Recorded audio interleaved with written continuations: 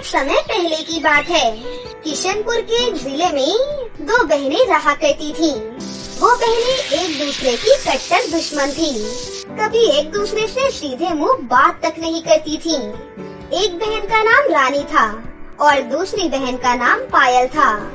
पायल अपना घर चलाने के लिए मछलियाँ पकड़ने जाया करती थी और वो मछली पकड़कर बाजार में बेच दिया करती थी और जो पैसे उसे मिलते थे उन पैसों से वो घर में सामान लाकर भी देती थी और अपनी जरूरतों की चीजें भी खरीदा करती थी। ये देखकर रानी पायल से बहुत ज्यादा जलती थी।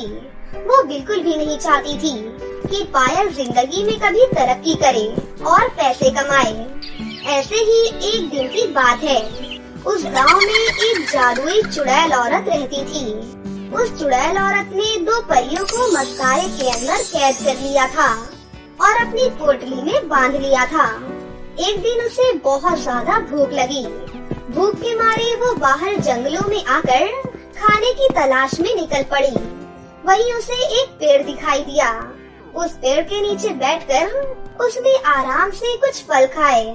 उसके बाद वो वहाँ से चलने लगी। वहाँ पर तभी एक नदी आई।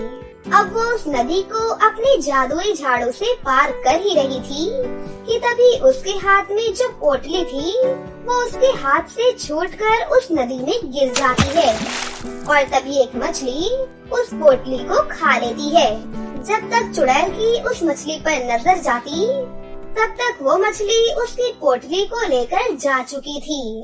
अरे वो चालाक मछली मेरी पोटली को निगल कर चली गई। अब मैं क्या करूं? अब उस चुड़ैल के पास कोई भी रास्ता नहीं बचा था, इसलिए अपने जादुई महल में वो वापस चली जाती है। तभी वहाँ पर पायल आई और मछलियाँ पकड़ने लगी। सौभाग्य से उसने वही मछली पकड़ ली जो चुड़ैल की पोटली निगल गई थी। उस मछली को पकड़ते ही वो देखती है कि उसका पेट तो बहुत बड़ा है। अब जैसे ही पायल उस मछली को बाहर निकालती है और उसे जमीन पर रखती है तभी मछली के मुंह से एक पोटली बाहर आती है। उस पोटली को देखकर पायल बहुत ज्यादा हैरान हो जाती है और जब वो उस पोटली को खोलकर देखती है तो उसमें दो जादुई मस्कारे होते हैं। तभी वो दोनों जादुई मस्कारे बहुत बड़े हो जाते हैं और परियों के रूप में बदल जाते हैं। आपने हमें उस चुड़ैल के चंगुल से बचाया है, इसलिए आज से हम लोग आपकी ही सेवक हैं। आज से हम दोनों परियां आपकी ही सेवा करेंगी और आपका अच्छे से ध्यान रखेंगी। आज से आप हमारी मालकिन हैं। उन दोनों परियों को देखकर पायल बहुत ज्यादा खुश हो जाती है और खुशी से वहीं पर नाचने लगती है। अब दोनों परियां मिलकर पायल को अच्छे से तैयार कर देती हैं और उसका श्रृंगार भी कर देती हैं। अब वो बहुत ज्यादा सुंदर लगने लगी थी। तभी वहाँ पर उसकी बहन रानी आ जाती है और उसे ऐसा देखकर उसका खून खौल जाता है कि ये मुझसे ज्यादा अच्छी क्यों लग रही है। फिर पायल रानी को वो सारी बातें बताती है और जादुई दो मस्कारे के बारे में भी बता देती है और बताती है कि कैसे उस मस्कारे में से दो परियां निकलकर आई थीं, जो उसकी सारी इच्छा पूरी करती हैं। पायल की ये बात सुनकर रानी ने ये साजिश रची कि वो रात होते ही उन दोनों मस्कारों को चोरी करके अपने पास रख लेगी और उनसे अपने सारे मन की इच्छाएं पूरी करवाएगी। देखते ही देखते रात हो जाती है और रानी चोरी चुपके पायल के कमरे में जाकर उन दोनों जादुई मस्कारों को चोरी करके अपने कमरे में ले आती है। जैसे ही वो दोनों मस्कारों को खोलती है तभी उसमें से दो परियां निकलकर आ जाती हैं। उन्हें देखकर रानी कहती है, सुनो तुम दोनों परियों, अब तुम दोनों मुझे पायल से भी ज्यादा सुंदर और गोरी बना दो और मेरे कपड़े बिल्कुल परियों जैसे बना दो ताकि मैं इस दुनिया की सबसे खूबसूरत लड़की लगूं और मेरा रंग रूप और ज्यादा सुंदर कर दो और मुझे बहुत सारे धन और दौलत भी दे दो ताकि जिंदगी में मुझे कभी भी किसी चीज की कमी ना हो।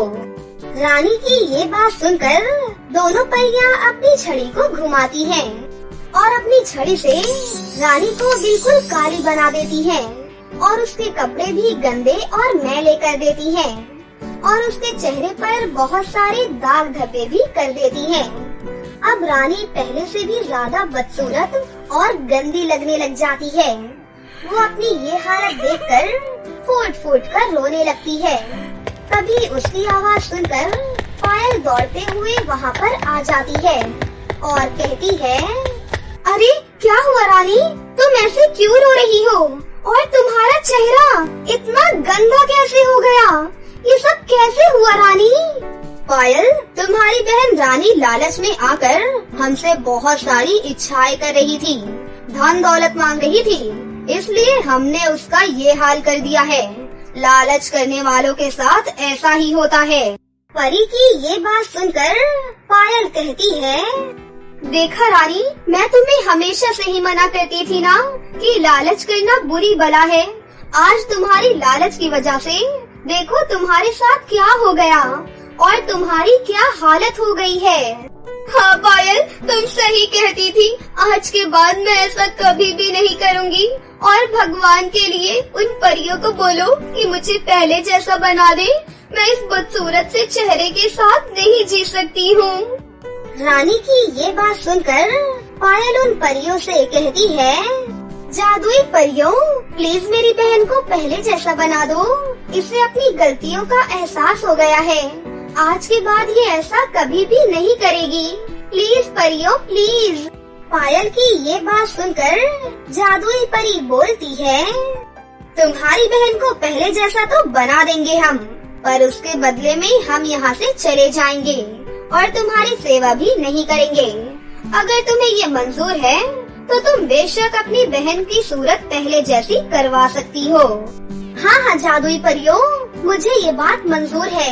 आप बस मेरी बहन को पहले जैसा बना दो। पायल की ये बात सुनकर वो दोनों परियां रानी को पहले जैसा बना देती हैं और ये देखकर रानी बहुत ज्यादा खुश हो जाती है और उसे अपनी गलती का एहसास भी हो जाता है कि वो पायल के साथ कितना बुरा करती थी। फिर वो पायल से अपनी गलती की माफी मांगती है और पायल भी उसे माफ कर देती है और फिर वो दोनों परियां वहाँ से गायब हो जाती हैं और फिर दोनों बहनें एक साथ प्रेम और स्नेह के साथ रहने लगती हैं। दोनों में इतना प्यार देखकर उनके माता पिता भी बहुत खुश होते हैं और सोचते हैं कि ये चमत्कार कैसे हो गया। ये दोनों अब आराम से साथ साथ कैसे रहने लग गयी। एक छोटे से कस्बे में शिवानी नाम की एक लड़की रहती थी। वो काफी समझदार और सुलझी हुई बच्ची थी। उसे पढ़ना लिखना और नई नई जगहों पर जाना बहुत अच्छा लगता था। लेकिन उसकी माँ के गुजर जाने के बाद शिवानी के पिता मनोज ने मनोरमा से दूसरा विवाह रचाया। नई माँ के आने के बाद शिवानी को लगा कि जैसे उसकी माँ वापस आ गई है, लेकिन ये खुशी थोड़े ही समय के लिए थी। मनोज को अक्सर काम के सिलसिले में शहर जाना पड़ता था। ऐसे ही एक दिन कुछ दिनों के लिए काम के सिलसिले में उन्हें शहर जाना पड़ा।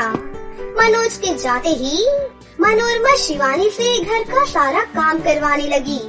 वो उससे इतना काम करवाने लगी कि उसके पास स्कूल जाने के लिए भी समय नहीं होता था। ऐसे ही एक दिन, अरे ओ महारानी, जा जंगल से लकड़ियाँ लेकर आ। जब देखो घर बैठी मुफ्त की रोटियाँ तोड़ती रहती है। पता नहीं इस मनहूस से छुटकारा कब मिलेगा। माँ, मैं अभी जाती हूँ जंगल से लकड़ियाँ लेने, पर माँ मुझे भी स्कूल पढ़ने जाना है। मैं बहुत दिनों से स्कूल नहीं गई हूँ। क्या करेगी स्कूल पढ़ लिख कर? घर का काम कौन करेगा? तेरा बाप। जितना बोला गया है उतना कर, समझी? अपनी सौतेली माँ की ये बात सुनकर शिवानी बहुत मायूस होकर जंगल में लकड़ियाँ लेने के लिए चली जाती है। जंगल से आते वक्त शिवानी को एक बूढ़ी औरत मिलती है। बेटी, क्या तुम मेरी मदद करोगी? मेरे पास खाना बनाने के लिए लकड़ियाँ खत्म हो गई हैं। क्या तुम अपनी कुछ लकड़ियाँ मुझे भी दे दोगी बेटा? हाँ हाँ, क्यों नहीं अम्मा, थोड़ी सी नहीं, आप सारी लकड़ियाँ ले लो, मैं अपने लिए और लकड़ियाँ ले आऊंगी। अरे वाह बेटा, तुम तो बहुत ही अच्छी और नेक दिल की लड़की हो। ऐसा कहते हुए वो बूढ़ी औरत एक परी के रूप में बदल गई। परी को अपने सामने देखकर शिवानी हैरान रह गई। बेटी, मैं तुम्हारी परीक्षा ले रही थी और तुम मेरी परीक्षा में सफल हुई। ये लो बेटी, ये एक जादुई स्कर्ट है। इस स्कर्ट की मदद से तुम अपने मन के सारे काम इससे करवा सकती हो। और हाँ, इस स्कर्ट का कभी भी गलत इस्तेमाल मत करना, नहीं तो इस स्कर्ट का जादू खत्म हो जाएगा। ऐसा कहकर परी वो जादुई स्कर्ट शिवानी को देकर वहाँ से गायब हो जाती है। शिवानी खुशी खुशी वो जादुई स्कर्ट लेकर अपने घर वापस आ जाती है।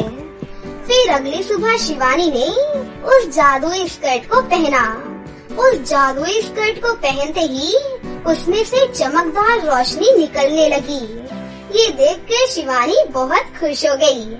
अब जादुई स्कर्ट की मदद से शिवानी घर का सारा काम जल्दी जल्दी करने लगी। सारा काम फटाफट होता देखकर उसकी सौतेली माँ मनोरमा भी हैरान हो गई। अब जब भी शिवानी को रास्ते में कोई भी जरूरतमंद इंसान दिखता तो वो उन लोगों की मदद करने लगी।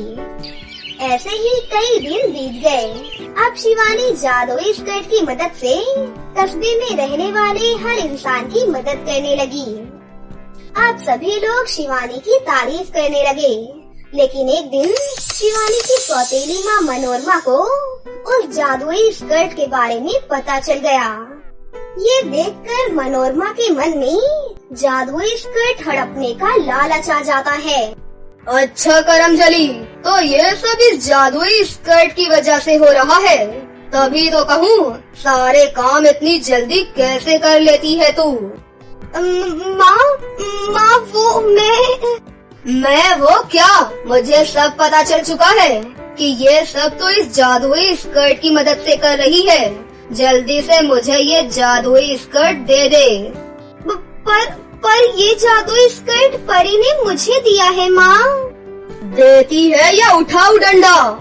ऐसा कहकर मनोरमा वो जादुई स्कर्ट शिवानी से छीन लेती है और अपने कमरे में जाकर जादुई स्कर्ट को पहनने की कोशिश करने लगी। लेकिन अचानक वो जादुई स्कर्ट उसके हाथों से छूटकर हवा में उड़ने लगा। तभी उस जादुई स्कर्ट में से आवाज आने लगी। लालची औरत, तूने क्या सोचा? शिवानी को डरा धमका कर तू मुझे हासिल कर लेगी? ये तेरी बहुत बड़ी भूल है।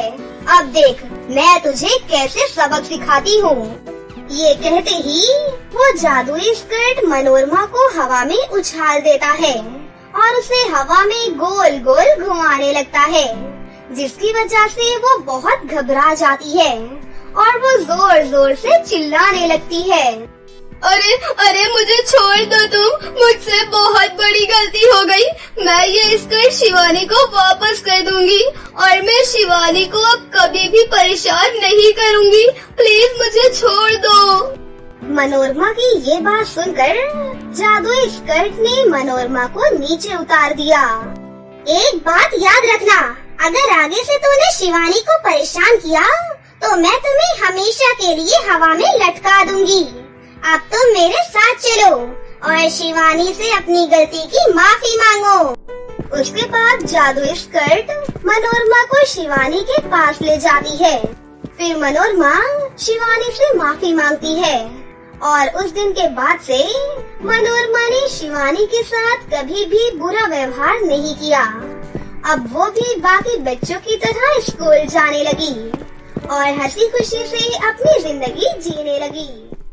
ये कहानी भोपाल के एक छोटे से गांव में रहने वाली कोमल नाम की एक औरत की है। उसके साथ उसकी 9 साल की बेटी प्रिया और पति माधव भी रहता था। कोमल को कैंसर की बीमारी थी, जिसकी वजह से वो हमेशा बीमार ही रहती थी। एक दिन की बात है, कोमल की हालत बहुत ज्यादा गंभीर हो जाती है और वो अपने पति और बेटी को छोड़कर इस दुनिया से चली जाती है। जिसके बाद माधव हमेशा प्रिया की परवरिश के लिए परेशान रहता था, क्योंकि कोमल के जाने के बाद प्रिया हमेशा बस रोती ही रहती थी। इसीलिए प्रिया की देखभाल के लिए प्रिया की मौसी, जिनका नाम अनुराधा होता है, उससे वो शादी करता है। लेकिन 2 महीने बाद ही एक भयानक बीमारी की वजह से प्रिया के पिता भी प्रिया को छोड़कर चले जाते हैं। अब प्रिया बिल्कुल अकेली हो जाती है और उसकी सौतेली माँ उस पर बहुत ज्यादा अत्याचार करती है। उसकी सौतेली माँ घर का सारा काम प्रिया से ही करवाया करती थी और खाने के लिए उसे सिर्फ और सिर्फ बासी रोटी ही दिया करती थी, जिसकी वजह से प्रिया की भी तबीयत बहुत खराब होने लगी। ऐसे ही कुछ दिन बीत गए। अरे करमजली, सुबह से दोपहर हो गई है, लेकिन घर का काम अभी तक खत्म नहीं हुआ। कहाँ मर गई है? जल्दी इधर आ। तभी बाथरूम में ढेर सारे कपड़े धो रही प्रिया जल्दी से बाहर आई और अपनी सौतेली माँ से बोली, क्या हुआ माँ, कोई काम है क्या? अरे करमजली, तुझे मैं कब से आवाज लगा रही हूँ, बहरी हो गई है क्या, या कान में रुई ठूस ली है? सुन, मैं थोड़ी देर के लिए बाहर जा रही हूँ। मेरे घर वापस आने तक घर का सारा काम खत्म हो जाना चाहिए, वरना तेरी खैर नहीं, समझी? चल अब निकल यहाँ से। इतना कहकर अनुराधा अपना बैग लेकर बाहर चली गई। वहीं प्रिया दोबारा से घर के कामों में व्यस्त हो जाती है। काफी समय बीतने के बाद प्रिया को बहुत तेज भूख लगती है। अरे बहुत तेज भूख लग रही है, लेकिन खाना तो खत्म हो गया है, मैं क्या खाऊं? हाँ, एक काम करती हूँ, माँ के कमरे में जाकर देखती हूँ, शायद कुछ पैसे मिल जाएं, फिर बाहर जाकर कुछ खा लूंगी। जैसे ही प्रिया अपने सौतेली माँ के कमरे में जाती है, तो उसे सामने तकिए के नीचे कुछ पैसे दिखाई देते हैं। पैसे को देखकर प्रिया मन ही मन सोचती है, अरे यहाँ तो केवल 20 रुपए ही है। खैर कोई बात नहीं, मुझे और भूख बर्दाश्त नहीं हो रही है। माँ के आने से पहले नूडल्स वाले भैया के यहाँ जाकर कुछ खा लेती हूँ। ऐसे सोचकर प्रिया तकिए के नीचे से पैसे उठा लेती है और खाना खाने के लिए नूडल्स वाले की दुकान पर चली जाती है। वहाँ प्रिया 1 प्लेट नूडल्स खाती है। अब वो नूडल खाकर घर आ ही रही थी कि तभी वो देखती है कि उसकी सौतेली माँ अनुराधा गुस्से से लाल दरवाजे पर खड़ी थी और वो प्रिया का ही इंतजार कर रही थी। ये देखकर प्रिया बहुत डर जाती है।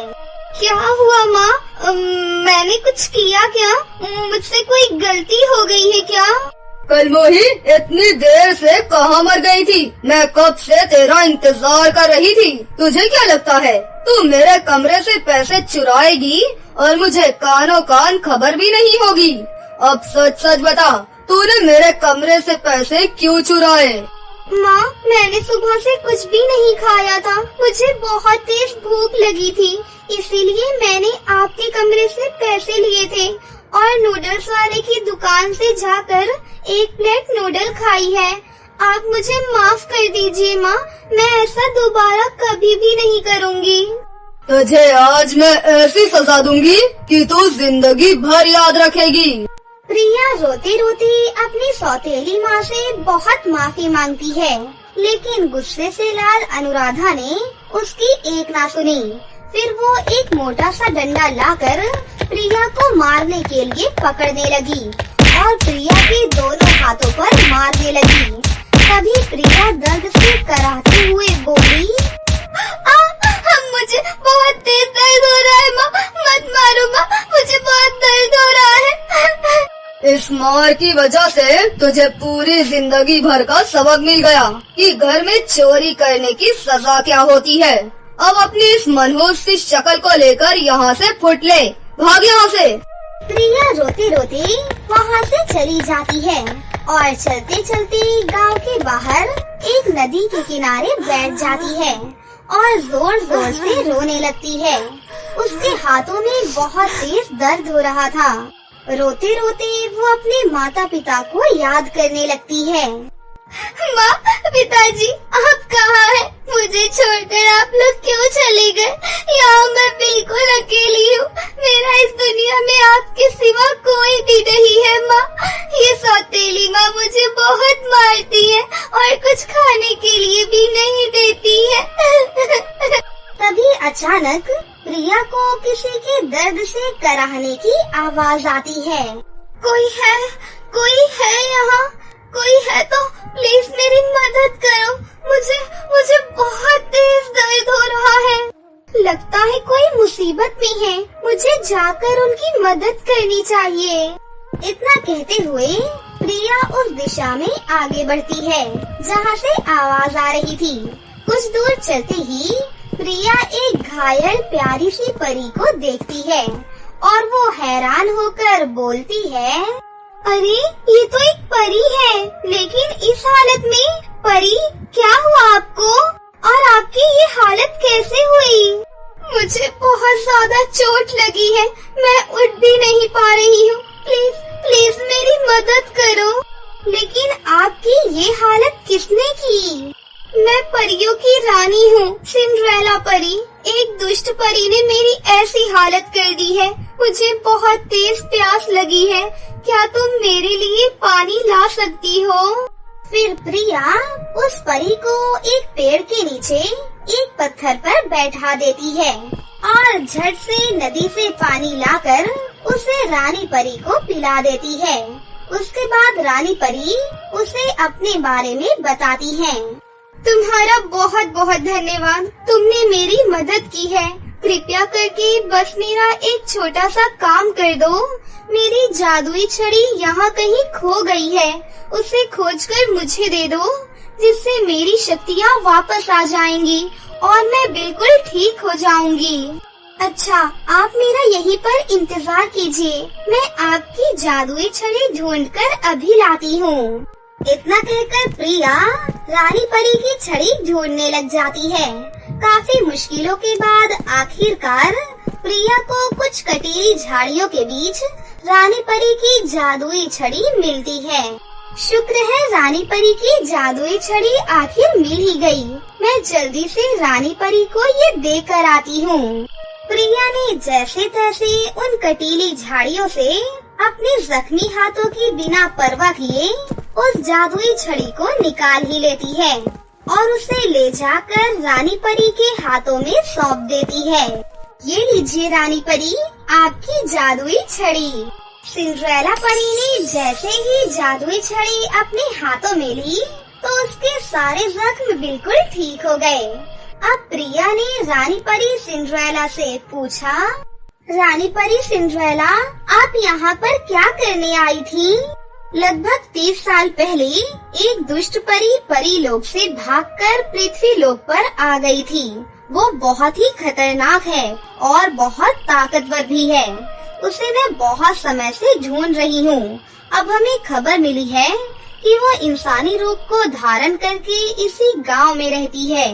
वो इतनी ज्यादा खतरनाक है कि उसका पकड़ा जाना बहुत जरूरी है और हमें पता चला है कि वो अपने आप को और शक्तिशाली बनाने के लिए हर रोज इंसानों की बलि दे रही है। लेकिन रानी परी, जितना मैंने सुना है परियां तो लोगों की मदद के लिए है ना? लेकिन ये परी ऐसे क्यों कर रही है? ये दुष्ट परी सबसे ज्यादा शक्तिशाली परी बनना चाहती है। इसी वजह से इसको अच्छाई बुराई में फर्क नहीं नजर आ रहा और ये अब इतनी ज्यादा खतरनाक हो चुकी है कि उसका पकड़ा जाना बहुत ज्यादा जरूरी है। लेकिन आप उसे पहचानोगी कैसे? उसको पहचान पाना तो मुश्किल होगा ना, क्योंकि वो तो एक इंसानी रूप में है। हाँ, तुम बिल्कुल सही कह रही हो, क्योंकि वो इंसानी रूप को धारण करके रह रही है, इसीलिए उसका पकड़ा जाना मुश्किल हो रहा है। लेकिन जब मैं उससे लड़ रही थी तो मैंने उसके माथे पर अपनी जादुई तलवार से वार किया था, जिससे उसके माथे पर एक काला निशान पड़ गया था। अगर वो कभी भी मेरे सामने आएगी तो मैं उस काले निशान से उसे पहचान लूंगी। ये कहते हुए रानी परी सिंड्रेला की नजर प्रिया के जख्मी हाथों पर जाती है। अरे तुम्हारे हाथों पर ये चोट कैसे लगी? रुको, मैं अभी तुम्हारे हाथों को ठीक कर देती हूँ। ये कहते हुए सिंड्रेला परी ने अपनी जादुई छड़ी की मदद से प्रिया के दोनों हाथों को ठीक कर दिया। तब प्रिया ने रोते रोते अपनी सौतेली माँ के बारे में सारी सच्चाई परी को बताई। तुम फिक्र मत करो, तुमने मेरी जान बचाई है। अब तुम खुशी खुशी अपने घर वापस जाओ। अगर अब कभी भी तुम्हें तुम्हारी सौतेली माँ परेशान करे तो तुम मुझे याद कर लेना, फिर देखना मैं उसके साथ क्या करती हूँ। और तुम अपने साथ ये जादुई हीरा लेकर जाओ। जब भी तुम्हें मेरी जरूरत पड़े तो तुम इस हीरे को अपने हाथ में रखकर मुझे याद करना, मैं आ जाऊंगी। इतना कहकर रानी परी सिंड्रेला वहाँ से अदृश्य हो गयी। फिर प्रिया उस हीरे को लेकर अपने घर वापस चली गई। रात को जब प्रिया अपनी सौतेली माँ को खाना परोस रही थी, तब उसने अपनी सौतेली माँ के माथे पर वही काला निशान देखा। निशान देखते ही प्रिया सोचने लगी, अरे माँ के माथे पर काला निशान है। ये निशान तो बिल्कुल वैसा ही है जैसा मुझे रानी परी ने बताया था, लेकिन ये निशान माँ के माथे पर कैसे? मुझे कुछ समझ में नहीं आ रहा। इसके बाद प्रिया अपने कमरे में जाकर पूरी रात यही सोचती रही। फिर अगले दिन सुबह होते ही प्रिया ने रानी परी के दिए हुए उस जादुई हीरे की मदद से रानी परी सिंड्रेला को याद करने लगी और पलक झपकते ही रानी परी सिंड्रेला वहाँ पर प्रकट हो गयी। क्या हुआ? तुम्हें तुम्हारी सौतेली माँ ने फिर से परेशान किया? नहीं रानी परी, मैंने कुछ बताने के लिए आपको यहाँ बुलाया है। कल आपने जो निशान के बारे में मुझे बताया था, मैंने ठीक वैसा ही काला निशान अपनी सौतेली माँ के माथे पर देखा है। ये तुम क्या कह रही हो? क्या तुम मुझे अपनी सौतेली माँ के पास लेकर जा सकती हो? हाँ, क्यों नहीं, वो तो अभी सो रही है, चलिए मेरे साथ। इतना कहकर प्रिया रानी परी को लेकर अपनी सौतेली माँ के कमरे में चली गई। जैसे ही रानी परी ने प्रिया की सौतेली माँ को देखा तो वो पहचान गई कि ये वही दुष्ट परी है। फिर रानी ने अपनी शक्तियों से सारी सच्चाई पता लगाते हुए प्रिया से कहा, इस दुष्ट परी ने तुम्हारी सौतेली माँ की हत्या कर उनका रूप धारण कर लिया है। ये सुनकर प्रिया बहुत डर गई। अरे डरो नहीं, मैं तुम्हें कुछ भी नहीं होने दूंगी। उसके बाद रानी परी सिंड्रेला ने अपनी जादुई शक्तियों से उस दुष्ट परी को एक रस्सी से बांध दिया। तुम्हें क्या लगा था तुम मुझसे बच पाओगी? इंसानों की हत्या करने की सजा तुम्हें जरूर मिलेगी। रानी परी की बात सुनकर उस दुष्ट परी ने अपना असली रूप धारण कर लिया और अपने आप को आजाद करने की बहुत कोशिश करने लगी, लेकिन वो अपने आप को आजाद ही नहीं कर पाई। तभी रानी परी सिंड्रेला की जादुई छड़ी से एक तेज रोशनी निकलती है और उस शैतान परी को जलाकर राख कर देती है। रानी परी जी, आपने गांव के बाकी लोगों की जान बचाई, आपका बहुत बहुत धन्यवाद। लेकिन मेरी सौतेली माँ भी अब नहीं रही, अब मैं बिल्कुल अकेली हो गई हूँ। मेरा इस दुनिया में कोई भी नहीं है। ये कहकर प्रिया जोर जोर से रोने लगी। अरे प्रिया बेटी, अब रोना बंद करो, तुम मेरे साथ परीलोक में रहोगी। आज से तुम्हारी सारी जिम्मेदारी मेरी है। क्या सच में रानी परी सिंड्रेला? रानी परी सिंड्रेला नहीं, मुझे माँ कहो। बेटी, आज से मैं तुम्हारी माँ हूँ। अब चलो, परीलोक में सारी परियां हमारा इंतजार कर रही होंगी। इतना कहकर रानी परी सिंड्रेला प्रिया को लेकर परीलोक वापस चली जाती है। कुछ ही दिनों में प्रिया वहाँ सभी परियों के साथ काफी घुल मिल गई। उसके बाद से प्रिया अपनी रानी परी माँ के साथ परीलोक की दुनिया में हंसी खुशी से रहने लगी।